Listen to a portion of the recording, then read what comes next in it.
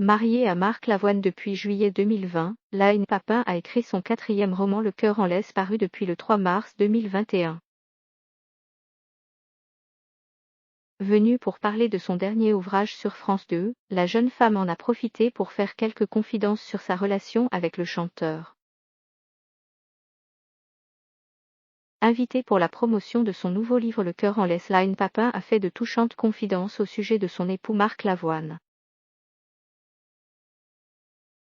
Admiratif de l'écriture et de la plume de la jeune femme âgée de tout juste 25 ans, Laurent Ruquier a analysé ce roman qui traite d'une relation sentimentale très toxique.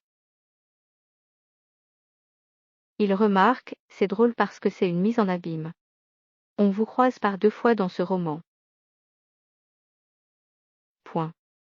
Il y a un peu de vous quand même dans cette histoire-là, un peu, je pense qu'il y a toujours un peu de nous quand on écrit, que ce soit des livres ou des spectacles.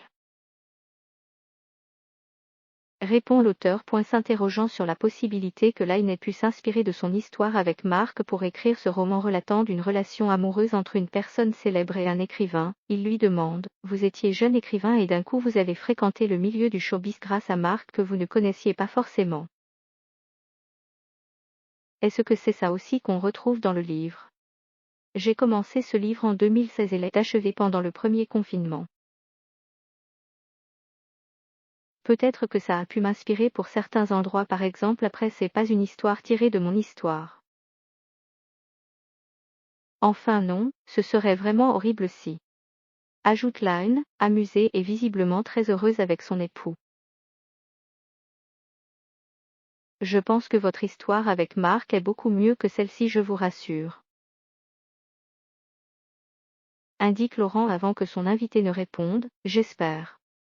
Au cours de l'émission, Laurent Ruquier a pu également compter sur d'autres invités tels que Bérangère Krief venue parler de son spectacle Amour, Thierry Ardisson venu parler de sa nouvelle chaîne YouTube, Amir qui a chanté l'un des titres de son dernier album Ressources, Michel Onfray venu parler de son dernier roman La Nef des Fous, mais aussi Maïtena Biraban.